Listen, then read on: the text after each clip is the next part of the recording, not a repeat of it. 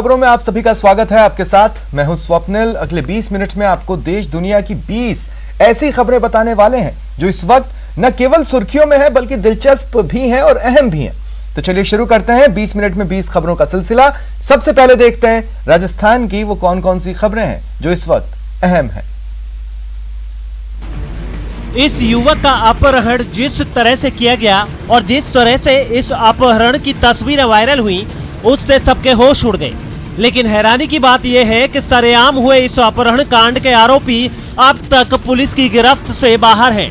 हाथ और पैर पकड़कर एक शख्स को उठाकर ले जाने वाली ये तस्वीरें दौसा के गुडलिया गांव की हैं।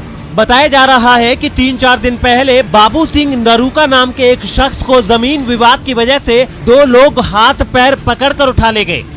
अपहरण का मामला दर्ज होने के बाद पुलिस ने बाबू सिंह नरूका को अपहरणकर्ताओं के चंगुल से तो बचा लिया, लेकिन अभी तक आरोपियों को गिरफ्तार नहीं कर पाई है।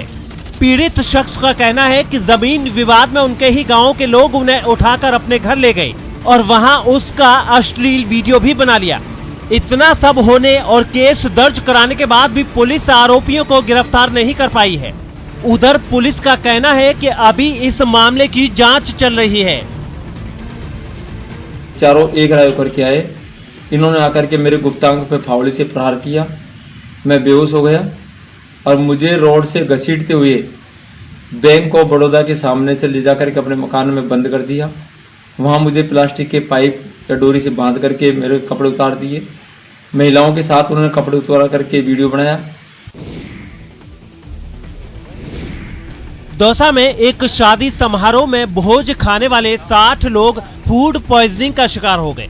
बताया जा रहा है कि दौसा के सिकराय उपखंड के मुरलीपुरा गांव में एक शादी समारोह में 100 से ज्यादा लोग शामिल हुए थे। शादी की पार्टी में भोज खाने के बाद 60 से ज्यादा लोग बीमार पड़ गए। कुछ लोगों को उल्टियां और दस्त हो रही थी तो कुछ लोगों को पेट में तेज दर्द हो रहा था। फूड पॉइजनिंग की खबर जैसे ही पास के अस्पताल को लगी, वहां से आई एक टीम ने मौके पर पहुंचकर ही लोगों का प्राथमिक उपचार किया और जिन लोगों की हालत ज्यादा खराब थी उन्हें पास के प्राथमिक स्वास्थ्य केंद्र में भर्ती कराया गया। खास बात यह है कि प्रशासन की गाइडलाइन के चलते शादी समारोह में 50 से अधिक लोग शामिल नहीं हो सकते, लेकिन इस शादी समारोह में तकरीबन 100 लोग शामिल हो गए थे, जिसे कोरोना गाइडलाइंस का उल्लंघन भी माना जा रहा है।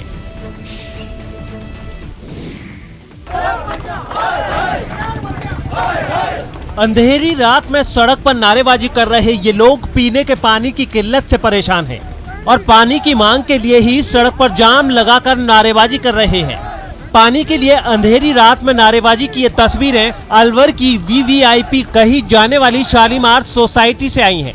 इन लोगों का कहना है कि सोसाइटी की तरफ से हर महीने मेंटेनेंस के नाम पर मोटी रकम ली जाती है, लेकिन जरूरी सुविधाओं की बात तो दूर, पानी की सप्लाई तक सुचारू रूप से नहीं होती।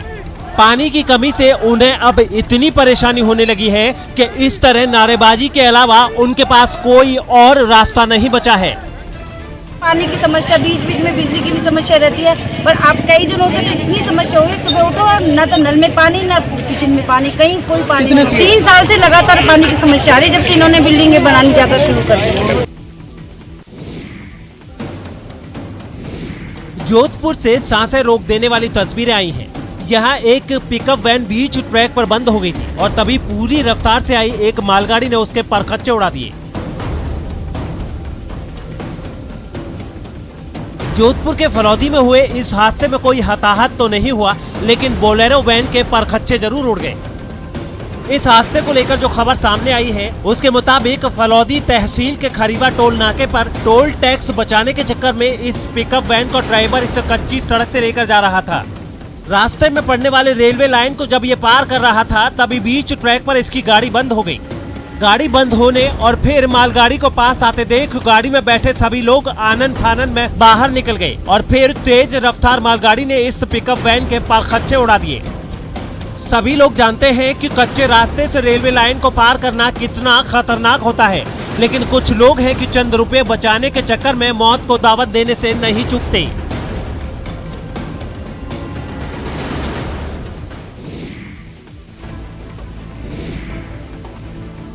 जयपुर में डॉग बाइट का शिकार हुए 11 साल के विशाल को मानसरोवर के प्राइवेट अस्पताल से एसएमएस में शिफ्ट कर दिया गया है, जहां उसके चेहरे की अब प्लास्टिक सर्जरी की जाएगी।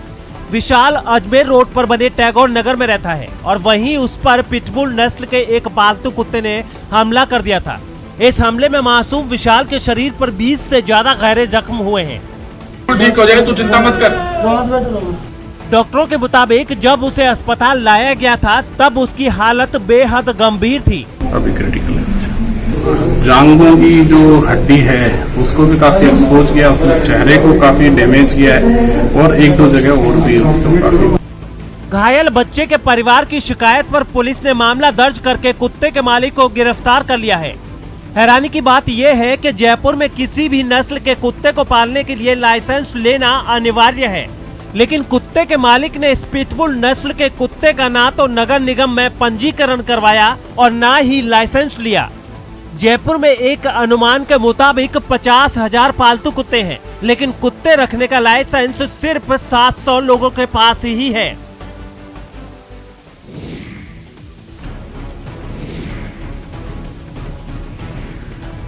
चित्तौड़गढ़ के देवरिया महादेव मंदिर में कभी भी कोई बड़ा हादसा हो सकता है, क्योंकि 2 साल पहले इस मंदिर पर जब बिजली गिरी थी उसी वक्त से मंदिर के शिखर से कुछ पत्थर इस तरह लटक रहे हैं कि वो कभी भी नीचे गिर सकते हैं, और अगर ऐसा हुआ तो फिर यहाँ बड़ा हादसा भी हो सकता है।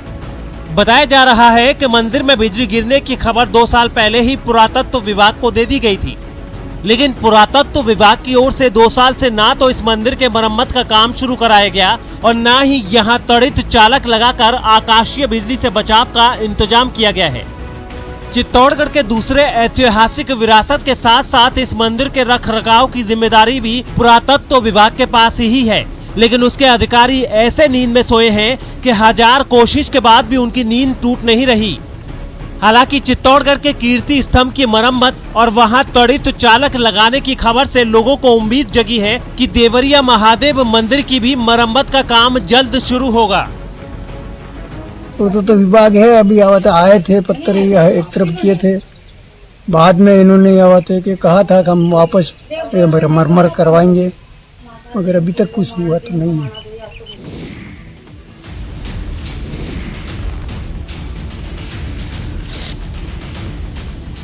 जी हां, राजधानी जयपुर में मंचलों की अब खैर नहीं है।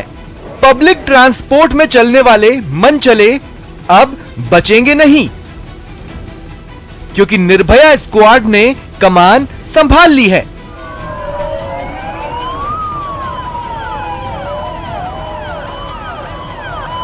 सड़क से लेकर सार्वजनिक परिवहन तक निर्भया स्क्वाड की नजर रहेगी।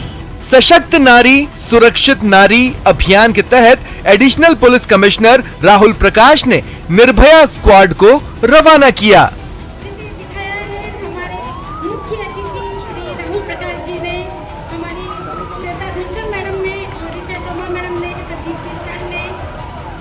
बावर्दी भी महिलाएं जो हमारी निर्भया कांस्टेबल्स हैं वो बॉडी ऑन कैमरे के साथ परिवहन के साधनों में सफर करेंगी, उसमें बच्चियों से महिलाओं से बात करेंगी, उनके एक्सपीरियंस को जानेंगी और सभी लोगों को जागरूक करेंगी महिलाओं के प्रति सम्मान और सुरक्षा के लिए क्या किया जाना चाहिए।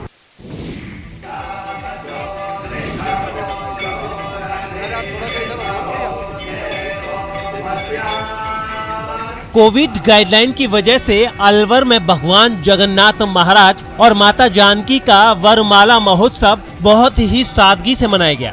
खास बात ये रही कि इस वरमाला महोत्सव में केवल मंदिर के पुजारी ही मौजूद रहे और आम लोगों ने इस महोत्सव की तस्वीरें ऑनलाइन ही देखी। आपको बता दें कि अलवर में हर साल इस वक्त लक्खी जगन्नाथ मेला का आयोजन होता था, जिसमें बड़ी संख्या में लोग शामिल हुआ करते थे, लेकिन पिछले साल से इस मेले को कोरोना वायरस की वजह से स्थगित किया जा रहा है और यही वजह रही कि इस बार भी रूपवास स्थित मंदिर में मंगलवार की देर रात को भगवान जगन्नाथ और जानकी मैया का वरमाला महोत्सव सादगी पूर्वक ही आयोजित किया गया।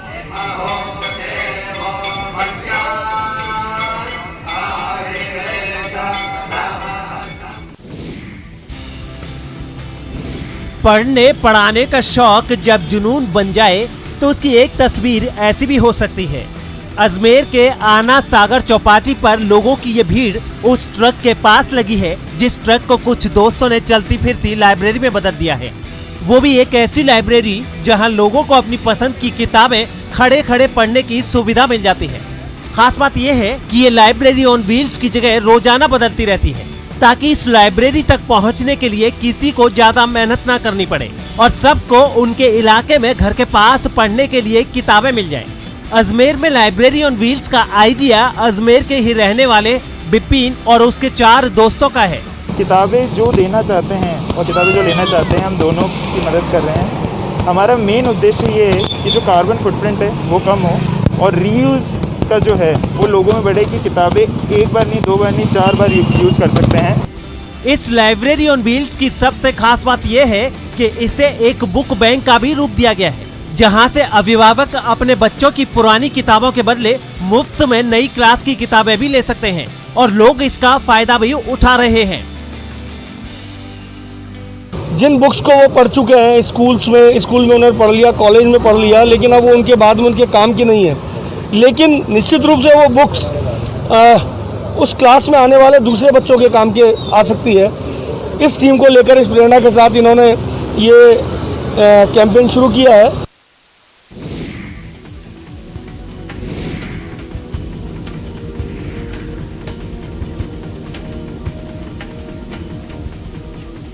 इस साइकिल को देख आपका भी दिल मचल उठेगा।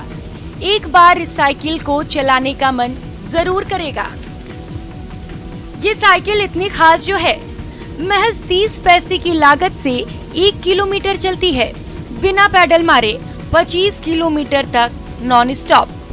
एक बार साइकिल को फुल चार्ज करने में 7 घंटे का समय लगता है।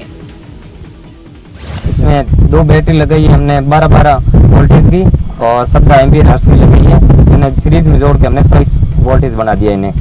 और एक मोटर लगी है, मोटर है जो BLDC मोटर है जिसमें ब्रशलेस है, जो ब्रश घसने की कोई संभावना नहीं है और काफी एफिशिएंसी अच्छी दे रही है। और अब देख लेते हैं कुछ अन्य राज्यों की खबरें।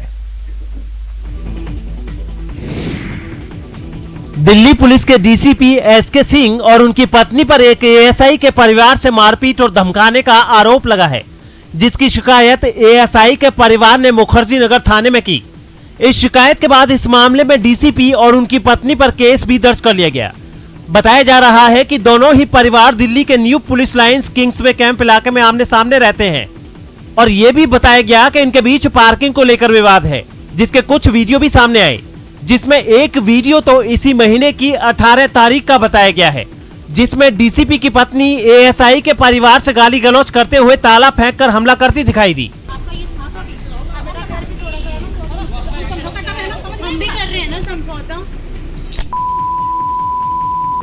ASI का आरोप है कि इस हमले से उनकी बेटी को चोट लग गई। इससे पहले दोनों पक्षों के बीच पार्किंग की जगह को लेकर तीखी बहस भी हुई। 18 तारीख के ही एक CCTV वीडियो में DCP की पत्नी क्रिकेट बैट से ASI के घर के मेन गेट पर लगे बल्ब को तोड़ती नजर आई। जब इसका विरोध ASI के परिवार ने किया तो DCP की पत्नी ने मारपीट की कोशिश भी की। तो वहीं एक और वीडियो में DCP की पत्नी ASI की बेटी से झगड़ती नजर आई। बताया गया है कि ASI ने ये सभी वीडियो महकमे के आला अधिकारियों के पास भेजे और लिखित में एक शिकायत भी दर्ज कराई, जिसमें DCP और उनकी पत्नी पर गंभीर आरोप लगाए गए हैं। छत्तीसगढ़ के नक्सल प्रभावित दंतेवाड़ा जिले से चौंकाने वाली तस्वीरें सामने आई। वहां फूड प्रोसेसिंग पार्क के लिए जमीन मापने पहुंचे लोगों को कुछ महिलाओं ने खदेड़ दिया। गांव वालों का आरोप है कि उनके खेतों को सरकारी जमीन बताकर उन पर कब्जा करने की कोशिश की जा रही है और जब इसी सिलसिले में राजस्व विभाग की एक टीम पुलिस के साथ वहां पहुंची तो गांव की कुछ महिलाओं ने उनका विरोध शुरू कर दिया। गुस्से से तमतमाई एक महिला तो फावड़ा और कुल्हाड़ी लेकर उन लोगों के पीछे ही दौड़ पड़ी। गांव वालों के गुस्से को देखते हुए पुलिस वालों की भी हिम्मत उसे रोकने की नहीं हुई। इसी तरह कुछ दूसरी महिलाओं ने भी प्रशासन की टीम को दौड़ा दिया। वहीं पुलिस के एक अधिकारी को लगा कि उनके रुतबे को देखते हुए उन पर कोई हमला नहीं करेगा, इसलिए वो वहां से नहीं भागे, लेकिन थोड़ी ही देर में उन्हें भी एक महिला के गुस्से का सामना करना पड़ा। हालांकि कुछ लोगों ने बीच बचाव कर उसे शांत करा दिया। इसके बाद पुलिस और राजस्व विभाग की टीम ने वहां से भागने में ही अपनी भलाई समझी वो अपनी गाड़ियों में जाकर बैठने लगे, लेकिन कुछ महिलाओं ने वहां भी उनका पीछा नहीं छोड़ा। एक बुजुर्ग महिला ने पुलिस की गाड़ी पर पत्थर फेंकने की कोशिश की, उसे भी गांव के लोगों ने समझा बुझाकर वहां से हटा दिया। उत्तर प्रदेश के आगरा से एक हैरान करने वाला वीडियो सामने आया है। वहां पर मोटरसाइकिल खड़ी करने को लेकर दो दुकानदारों के बीच सारे बाजार जमकर मारपीट हुई। खास बात यह है कि मारपीट की यह वारदात दुकान के बाहर लगे एक सीसीटीवी में रिकॉर्ड हो गई। इन तस्वीरों में दोनों पक्ष एक दूसरे पर डंडों से ताबड़तोड़ वार करते नजर आए। मोटरसाइकिल खड़ी करने को लेकर हुए इस झगड़े में बात इतनी बिगड़ गई कि दोनों पक्षों ने एक दूसरे को लहूलुहान करने में कोई कोर कसर नहीं छोड़ी। इस झगड़े के दौरान वहां पर एक महिला लड़ाई को रोकने की कोशिश करती दिखी, लेकिन उसकी इस कोशिश का कोई असर नहीं हुआ। मारपीट की वजह से दुकान के बाहर रखा सामान भी सड़क पर बिखर गया। इस दौरान वहां आसपास कुछ लोग नजर आए जो तमाशबीन बने रहे। हालांकि एक आदमी देर से ही सही इस मारपीट को रुकवाने की कोशिश करता नजर आया। झगड़े में एक दुकानदार के दो बेटों को गंभीर चोट लगी है।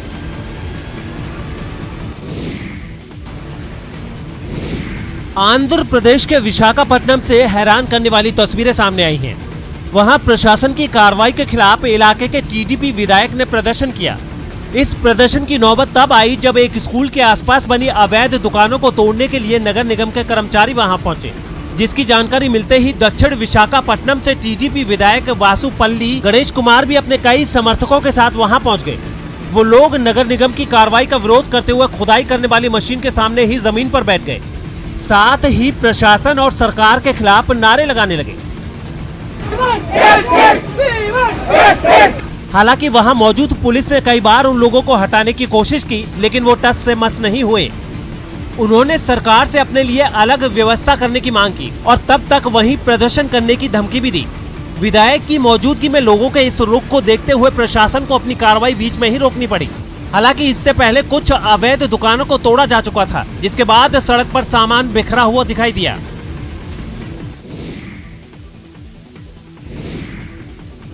हिमाचल प्रदेश के सिरमौर से हैरान कर देने वाली तस्वीरें सामने आई हैं। इन तस्वीरों में आप इस ट्रक को देख सकते हैं जो पहाड़ से गिर रहे सैलाब के नीचे फंसा था। बताया जा रहा है कि मंगलवार को सिरमौर जिले के नोहराधार समेत पूरे इलाके में जोरदार बारिश हो रही थी। इसी बारिश की वजह से सोलन मीन्स मार्ग पर काड़ा नाला उफान पर था। इस नाले से इस कदर पानी गिर रहा था कि मानो पहाड़ से सैलाब नीचे उतर रहा हो। इस सैलाब को देखते हुए दोनों ओर से इस रास्ते से गुजर रहे लोगों ने अपनी गाड़ियां पहले ही रोक ली थी, लेकिन इस ट्रक चालक ने जबरदस्ती अपना ट्रक निकालने की कोशिश की, लेकिन उसका ट्रक पानी के तेज बहाव में फंस गया। गनीमत ये रही कि चालक समय रहते ही ट्रक से उतर गया, नहीं तो तेज बहाव में बह जाता।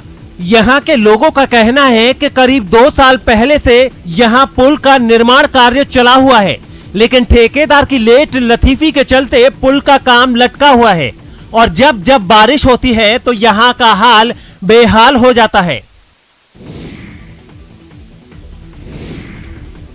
दिल्ली में हुई तेज बारिश ने नागलो इलाके में रहने वाले लोगों की परेशानी बढ़ा दी। वहां बारिश के पानी ने ऐसा डेरा जमाया कि अब न लोगों के पास खाने पीने का सामान बचा है और न ही रहने के लिए मकान। दरअसल बारिश होते ही ये पूरा इलाका डूब गया। वहां का मंजर को देख ऐसा लगा जैसे बाढ़ आ गई हो। जहां तक नजर गई वहां सिर्फ पानी और उससे होने वाली परेशानियां ही नजर आई। इलाके की सड़कें तालाब में तब्दील हो गईं। गलियों का हाल तो रहने ही दीजिए। एक दिन की बारिश के बाद क्या हाल है नांगलोई का, ये तस्वीर आप देखिए। और ये हाल सिर्फ इसी गली का नहीं है जिसकी गलियों में इस कदर पानी भरा हुआ लगेगा कि समझ नहीं आता कि यहाँ गलियां हैं या तालाब है। यही नहीं, लोगों के घरों में पानी इस कदर घुस गया कि उनके पास सोने के लिए बिस्तर और खाने पीने की चीजें तक नहीं बची।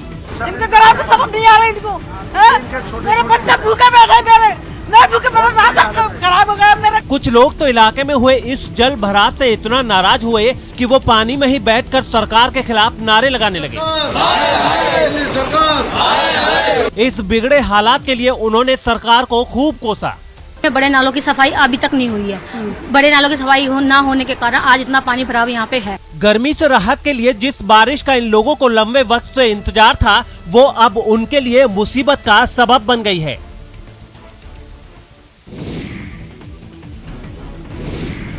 बिहार के कटिहार से हैरान करने वाली तस्वीरें सामने आई हैं। वहां गंगा नदी के तेज बहाव की वजह से कई जगहों पर मिट्टी के कटाव ने लोगों की चिंता बढ़ा दी। बताया गया है कि इस समस्या को दूर करने के लिए सरकार की तरफ से कई बार भरोसा दिया गया, लेकिन अब तक कोई कार्रवाई नहीं की गई, जिसका नतीजा ये हुआ कि एक इलाके में जमीन का एक बड़ा हिस्सा देखते ही देखते नदी में समा गया। इसी तरह कई जगहों पर नदी गांवों की जमीन को अपने अंदर समाती चली गई, जिससे लोगों के सामने बड़ा संकट खड़ा हो गया। गांव वालों का आरोप है कि प्रशासन की अनदेखी की वजह से वो कई साल से इस परेशानी से जूझ रहे हैं। कटाव जो है गत 5 वर्षों से लगातार हो रहा है। वहीं प्रशासन ने लोगों को भरोसा दिया है कि जल्द ही मिट्टी के कटाव की परेशानी दूर कर ली जाएगी। नहीं, पैनिक की कोई सिचुएशन नहीं है और वहां पर जाकर के बड़े पदाधिकारियों ने भी देखा है। भारी बारिश की वजह से राज्य की कई नदियों में पानी का स्तर इतना बढ़ चुका है कि उन नदियों के किनारे बसे गाँव में इस तरह की तस्वीरें रोजाना देखने को मिल रही हैं।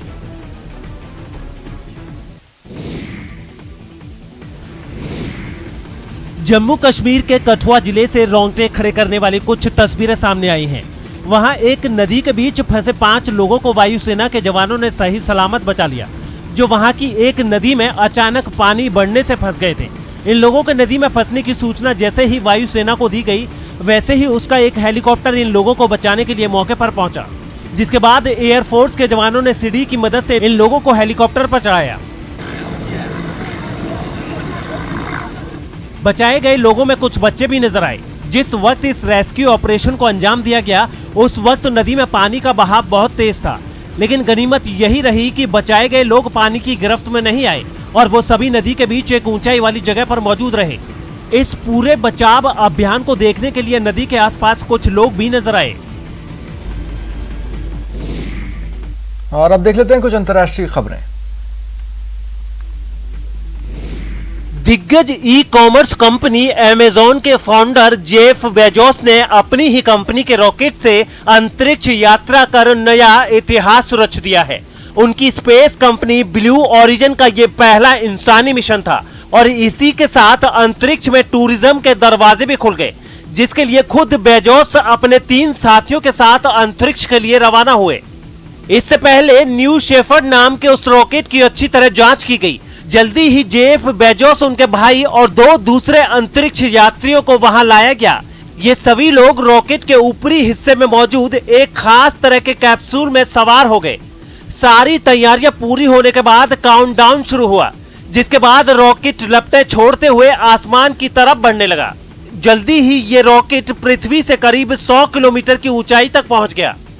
यहां पहुंचने के बाद कैप्सूल रॉकेट से अलग हो गया और ऊपर की तरफ बढ़ गया, जबकि रॉकेट दोबारा पृथ्वी की तरफ लौटने लगा और जल्दी ही एक प्लेटफॉर्म पर लैंड हो गया। जबकि कुछ मिनट की उड़ान के बाद कैप्सूल भी नीचे आने लगा। धरती के करीब पहुंचते ही उसके पैराशूट खुल गए और उड़ान भरने के करीब 10 मिनट बाद वो टेक्सास के एक रेगिस्तान में उतर गया। लैंड होने के बाद जेफ बेजोस और दूसरे अंतरिक्ष यात्री कैप्सूल से बाहर निकल आए, जिनका वहां मौजूद लोगों ने जोरदार स्वागत किया।